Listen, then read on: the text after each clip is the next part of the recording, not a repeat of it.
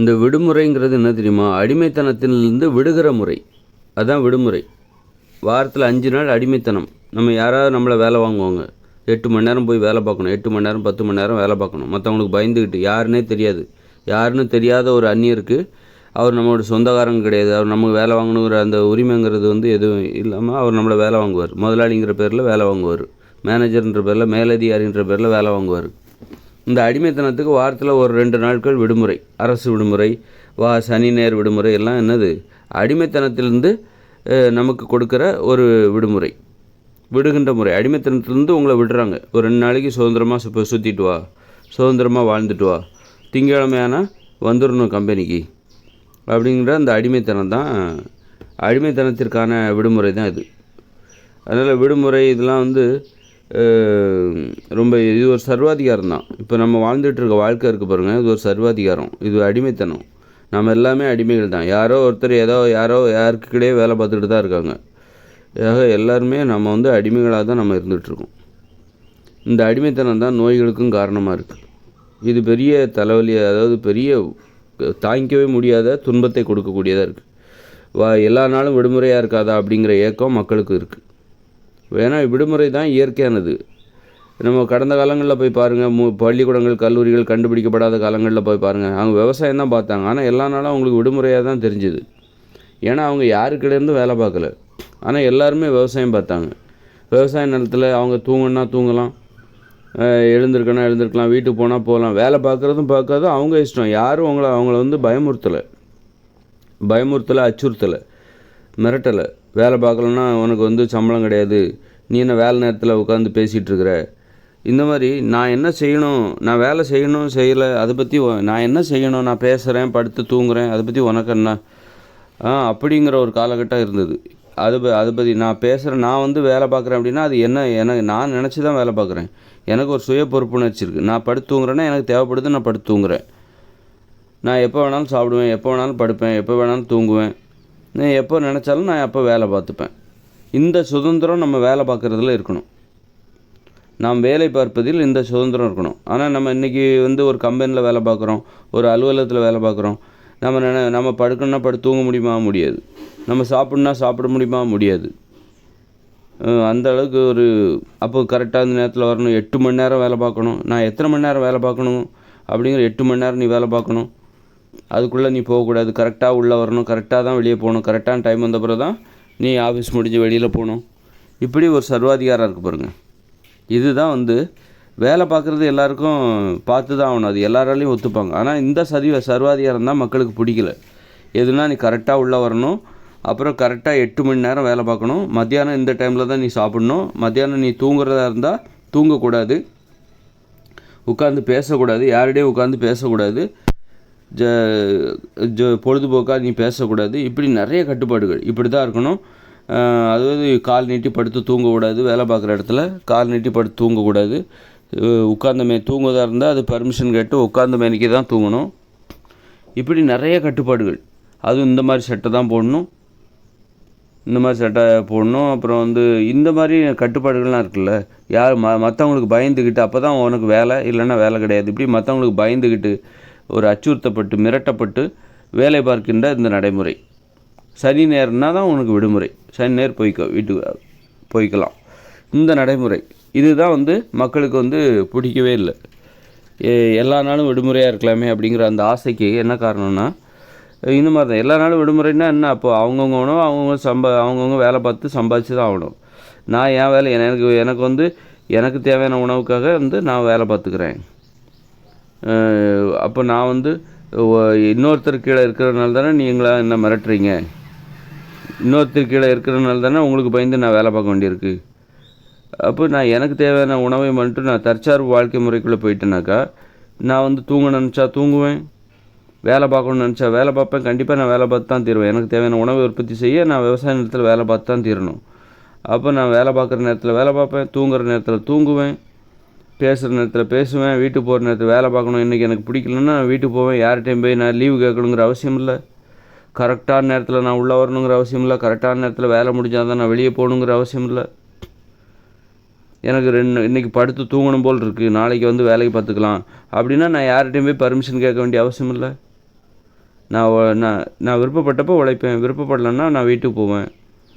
அதே நேரத்தில் நான் வந்து உழைச்சா தான் எனக்கு சாப்பாடு, அதுவும் எனக்கு தெரியும். உழைச்சா தான் எனக்கு தேவையான உணவை உற்பத்தி செய்ய முடியும். நான் உழைக்கலை, யாரும் கேட்க முடியாது அப்படிங்கிறக்காக நான் உழைக்காமல் இருந்தால் அதனால் எனக்கு தான் தீமை வரப்போகுது.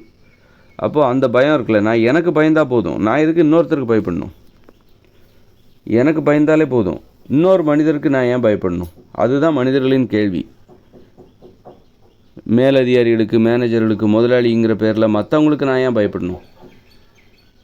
பயங்கிறது தேவை. நான் எனக்கு நானே பயந்துக்கிறேன் அப்படின்னு மக்கள் நினைக்கிறாங்க. விடுமுறை எல்லா நாளும் விடுமுறை தினமாக இருக்கக்கூடாதா? விடுமுறைனா என்னென்னா சும்மாவே கிடக்குண்ணா. எல்லா நாளும் விடுமுறைனா சும்மாவே இருக்கணும் அப்படின்னு சொல்லலை. அவங்கவுங்க பொறுப்பில் அவங்கவுங்க வாழ்க்கையை விட்டுருங்க. நீங்கள் எதுக்கு எங்களை மிரட்டிக்கிட்டு இருக்கீங்க? காலையில் இத்தனை மணிக்கு வரணும், இத்தனை மணிக்கு தான் வெளியில் போகணும், மத்தியானம் தூங்கக்கூடாது, இந்த மாதிரி ட்ரெஸ் எல்லாம் போட்டு வரணும், சிரிப்பிச்சு பேசக்கூடாது வேலை நேரத்தில், இப்படி மற்றவங்க எதுக்கு என்ன கண்ட்ரோல் பண்ணுறாங்க? லீவு கேட்கணுன்னா மற்றவங்ககிட்ட போய் என்ன கேட்கணும், அவங்க கொடுக்க மாட்டாங்க. இப்படி எனது தேவைகளுக்காக பிறரிடம் நான் ஏன் கெஞ்ச வேண்டும்? அதுக்கு தான் விடுமுறை.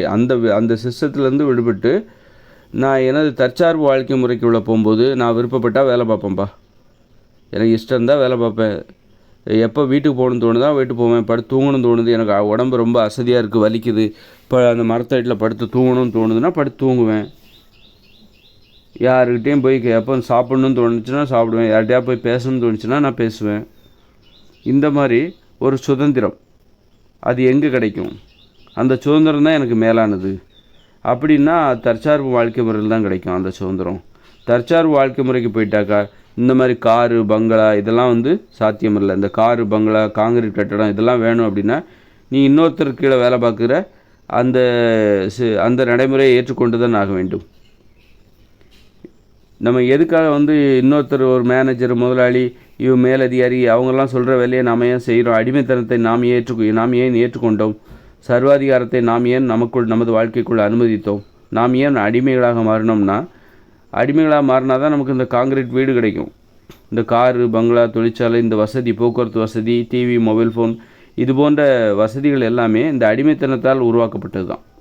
மனிதர்கள் ஒற்றுமையாக ஒன்று கூடி ஒரு அடிமைகளாக இருந்து இப்படி உருவாக்கப்பட்டது தான் அந்த வசதிகள்லாம். இந்த வசதிகளுக்காக நாம் என்ன பண்ணுறோம்? அடிமைகளாக மாறிவிட்டோம். சுயமரியாதையை நாம் இழந்து விட்டோம். சுயமரியாதை கொஞ்சம் விட்டு கொடுத்துட்டோம்.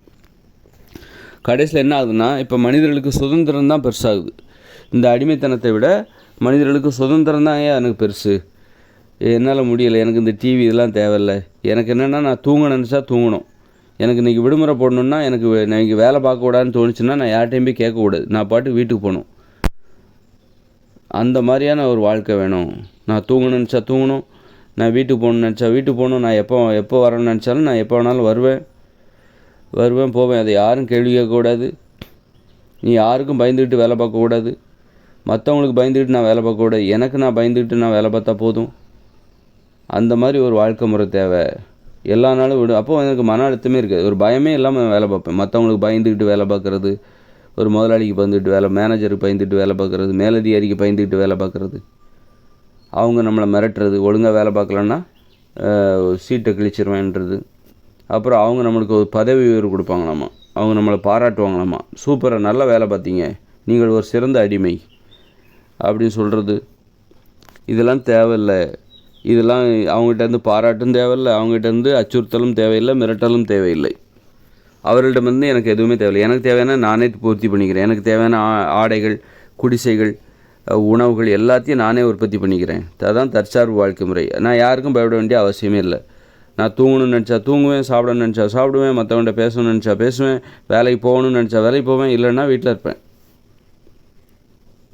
நான் என்னுடைய விருப்பம் தான் எனது வாழ்க்கை.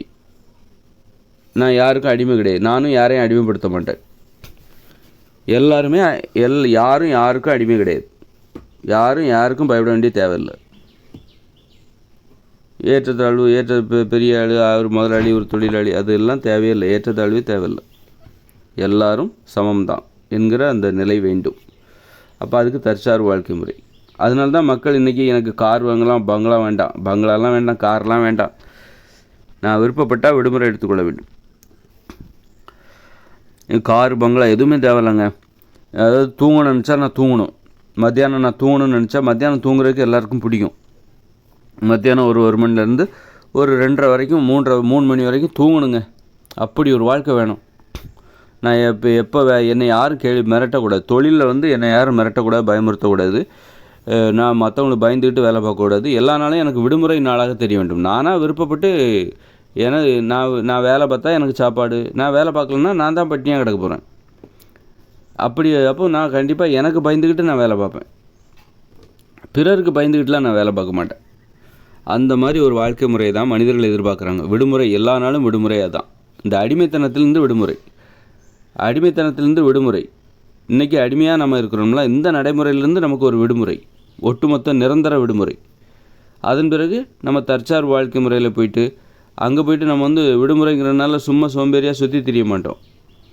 அங்கே போயிட்டு நான் விருப்பப்பட்டால் வேலை பார்ப்பேன், விருப்பப்படலைன்னா நான் வீட்டுக்கு போவேன், தூங்கணும்னு நினைக்கும்போது தூங்குவேன், பேசணும்னு நினைக்கும்போது பேசுவேன், சாப்பிடணும்னு நினைக்கும்போது சாப்பிடுவேன், உட்காந்து ரெஸ்ட் எடுக்கணுன்னா ரெஸ்ட் எடுப்பேன்.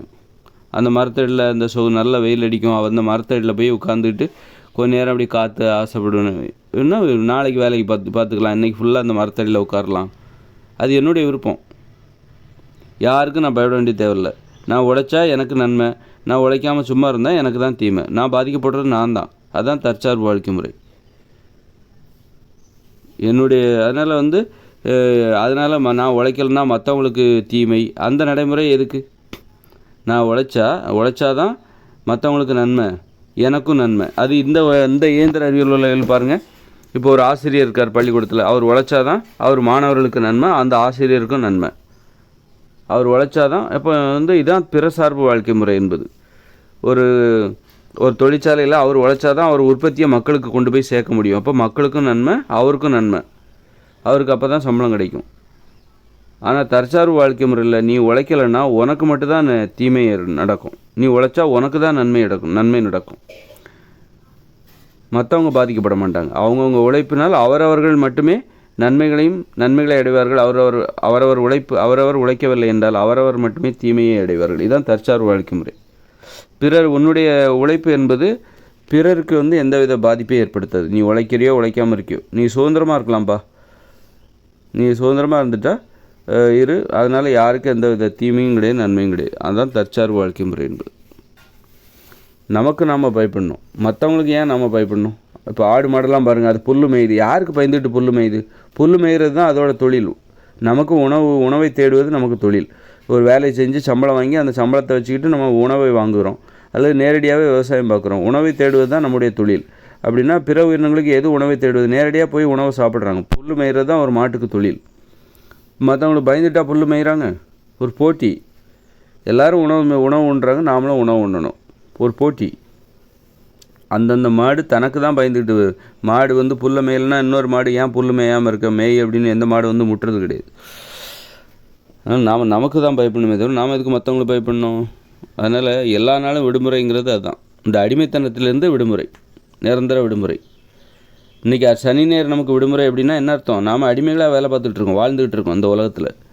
ஏதோ ஒரு நிறுவனத்தில், தொழிற்சாலையில் நாம் அடிமையாக. ஒரு மளிகை கடை அவர் சுயமாக வச்சுருக்காருன்னு வச்சுக்கோங்களேன். அவர் யாருக்குனே வேலை பார்க்கல, ஆனால் அவர் மக்களுக்கு பயப்படுவார். ஏன்னா அவர் கடையை திறக்கலைன்னா மக்கள் யாரும் வரமாட்டாங்க. அடிக்கடி பூட்டிட்டாருன்னா மக்கள் அந்த கடைக்கே போக மாட்டாங்க. அப்போ அவர் மக்களுக்கு பயப்படுறாரு. இந்த மாதிரி ஏதாவது ஒரு வகையில் நீ சுயமாக ஒரு தொழில் பண்ணாலும் கூட நீ மற்றவங்கள பார்த்து பயந்து தான் ஆகணும். நீ ஒரு ஹோட்டல் வச்சுருக்க, நீ தான் அந்த ஹோட்டலுக்கு சொந்தக்காரன் அப்படின்னா அப்போது நீ மக்களுக்கு பயப்படணும். சரியான நேரத்தில் உணவை எடுத்து வைக்கணும், இல்லைன்னா மக்கள் வரமாட்டாங்க, உன் வியாபாரம் படுத்துடும், நஷ்டம் ஏற்படும். சரியான நேரத்தில் உணவை சமைத்து வைக்க வேண்டும். மத்தியானம், இரவு அப்படின்னு சொல்லி சரியான நேரத்தில் நல்லாவும் சமைக்கணும். அப்போ தான் சாப்பிடுவாங்க. அப்போ மற்றவங்களுக்கு நீ பயப்படுற. நீ சுயமாக தொழில் பண்ணால் கூட இந்த இயந்திர அறிவியல்கள் நீ மற்றவங்கள பார்த்து பயப்படுற, ஏதோ ஒரு வகையில் பயமுறுத்தப்படுகிறாய். அப்படியெல்லாம் இல்லாமல் யாரை பற்றியும் பயப்படக்கூடாது. அந்த மாதிரி ஒரு வாழ்க்கை முறை, அதான் தற்சார்பு வாழ்க்கை முறை. நீ இஷ்டப்பட்டால் உன் உணவை நீயே உற்பத்தி பண்ணணும். இப்படி ஒவ்வொருத்தரும் அவங்கவுங்க உணவை அவரவரே உற்பத்தி பண்ணணும். எல்லாத்துக்கும் 8 வயசுக்கு மேலே ஒரு 2 ஏக்கர் நிலம் கொடுத்துடணும். அப்போ நீ உன் உணவை நீ தான் உற்பத்தி பண்ணணும். அப்படிங்கும்போது நீ உற்பத்தி பண்ணால் நீ சாப்பிட போகிற, உற்பத்தி பண்ணலன்னா நீ தான் பட்டினி கிடக்க போகிற. நீ மற்றவங்களுடைய உணவை உற்பத்தி பண்ணுறதுக்காக மற்றவங்க ஒன்றும் நம்பிட்டு இல்லை. மற்றவங்கள ஒரு உணவை உற்பத்தி பண்ணுறதுக்காக நீ உணவை உற்பத்தி பண்ண, உனக்காக தான் நீ உணவை உற்பத்தி பண்ண போகிற. அப்போ நீ உற்பத்தி பண்ணால் நீ சாப்பிடுவ, நீ உற்பத்தி பண்ணலைன்னா நீ தான் பட்டினி கிடக்க போகிற. இதுதான். அப்போ உனக்கு தான் நீ பயப்படணுமே தவிர மற்றவங்களுக்கு பயப்பட வேண்டிய தேவையில்லை. யார் ஏன் வேலைக்கு போகல அப்படின்னு யாரும் கேட்க மாட்டாங்க. கேட்கக்கூடாதுன்ட்டு இல்லை, உரிமை உள்ளவங்க கேட்பாங்க, ஏன்பா வேலைக்கு போகலையா, என்னாச்சு, உடம்பு சரியில்லையா, உரிமையோடு கேட்பாங்க. அதுவும் கேட்கக்கூடாதுன்னு நீங்கள் சொல்லிட்டீங்கன்னா நீங்கள் எல்லாம் தான் கேட்காதீங்க என்கிட்ட அப்படின்னா அவங்க கேட்க மாட்டாங்க. அதனால் அந்த மாதிரி ஒரு வாழ்க்கை முறை அதுதான் மக்கள் எதிர்பார்க்குறாங்க. விடுமுறையே இல்லாத ஒரு வாழ்க்கை. விடுமுறை எல்லா நாளும் விடுமுறையாக இருக்க வேண்டும், இந்த அடிமைத்தனமே இருக்கக்கூடாது, தொழிலில் அடிமைத்தனம் என்பது இருக்கவே கூடாது அப்படின்னு மக்கள் எதிர்பார்க்குறாங்க. எனக்கு அதுக்காக நான் குடிசையில் கூட வாழ்வதற்கு அதுதான் சுதந்திரம். உண்மையான சுதந்திரங்கிறது அந்த அடிமைத்தனத்திலேருந்து நமக்கு விடுமுறை கிடைக்கணும், அதுதான் சுதந்திரம். அதுக்காக அப்போது சரிப்பா தற்சார்பு வாழ்க்கை முறைக்கு போயிடலாம் அப்படின்னா நமக்கு இந்த காங்கிரீட் கட்டடம், மொபைல் ஃபோன், டிவி, போக்குவரத்து வாகனங்கள் இதெல்லாம் கிடைக்காது. பரவாயில்லையா, குடிசையில் தான் போய் வாழணும், பரவாயில்லையா, இயற்கையோடு இணைந்து அந்த காடுகளில் தான் மீண்டும் நாம் போய் வாழ வேண்டும், பரவாயில்லையா, பரவாயில்லைங்க. அங்கே போனால் ஆரோக்கியமாக இருக்கலாம், நடந்து தான் போகிறோம், ஓடி தான் போகிறோம், நமக்கு போக்குவரத்து வாகனங்கள் எதுவுமே இருக்காது. தினமும் விளையாடணும்னா விளையாடலாம், ஆடலாம், பாடலாம், விளையாடலாம், உடல் உழைக்கலாம், நீச்சல் அடித்து குளிக்கலாம், ஜாலியாக இருக்கலாம். இந்த வீணாக போன இந்த இயந்திர அறிவியல் உலகில் அடிமைகளாக வாழ்வதற்கு பதிலாக இந்த மாதிரி ஆடம்பரமாக வாழ்வதற்கு நாம் அடிமைகளாக மாறுவதற்கு பதிலாக எளிமையாக வாழ்ந்து சுதந்திரமாக வாழ்ந்துட்டு போயிடலாம். சுதந்திரம் தான் மேலானது அப்படின்னு மக்கள் இப்போ உணர்ந்துட்டு வராங்க. நம்ம இந்த மாதிரி ஆடம்பர வசதிகளுக்காக தான் நம்ம அடிமைகளாக மாறுவதற்கு சம்மதித்தோம். இந்த மாதிரி ஆடம்பரமான வசதிகள் கிடைக்கும், காரு, பங்களா, காங்கிரீட் வீடு அப்படின்னு சொல்லிட்டு அதுமாரி இந்த மாதிரி ஆடம்பர வாழ்க்கைக்காக தான் நம்ம தொழிற்சாலைகளில் பிறர் முதலாளி, மேலதிகாரி, மேனேஜர் இவங்களுக்கெல்லாம் நம்ம அடிமையாக அவங்க சொல்கிற வேலையை அவங்களுக்கு பயந்துட்டு நம்ம வேலை பார்க்குறோம். அவங்க கொடுக்குற சம்பளத்தை வச்சுக்கிட்டு நம்ம காங்கிரீட் வீடு கட்டிக்கிறோம், கார் வாங்கிக்கிறோம், சொகுசான ஒரு வாழ்க்கை, டிவி, மொபைல் ஃபோன் எல்லாம் வாங்கிக்கிறோம். அப்போ இந்த ஆடம்பர வசதிக்காக நாம் சுயமரியாதை இழந்து அடிமைகளாக பிறருக்கு பயந்து வாழ்கிற ஒரு வாழ்க்கையை நம்ம ஏற்றுக்கிட்டோம். ஆனால் அது நமக்கு மிகப்பெரிய தலைவலியாக இருக்குது. அது நமக்கு பிடிக்கலை. பிறருக்கு பயந்து வாழ்கிறது பிடிக்கலை. நம்மளை விட சின்னவராக இருப்பார், அவர் நம்முடைய மேலதிகாரியாக இருப்பார், அவர் நம்மளை வேலை வாங்குவார். இது எவ்வளோ பெரிய சுயமரியாதை குறைபாடு பாருங்க. அப்போ வயசுக்குன்னு ஒரு மரியாதையே இல்லை. இங்கே திறமைக்கும் படிப்புக்கும் பதவிக்கும் தான் மரியாதை, வயசுக்குங்கிற ஒரு மரியாதையே இங்கே இல்லை. அப்போ அவமானமாக இருக்குது. ஒரு வயசுக்குன்னு என்ன மரியாதை இல்லை, அப்போ அவமானமாக இருக்குது. இந்த மாதிரி வாழ்க்கை முறை தேவையில்லைப்பா. அப்போ இந்த வாழ்க்கை உனக்கு தேவையில்லை அப்படின்னா நீ மரியாதையோடு வாழணும் அப்படின்னா அதுக்கு தற்சார்பு வாழ்க்கை முறை. வயசுக்கு மரியாதை இருக்கணும் அப்படின்னா தற்சார்பு வாழ்க்கை முறை.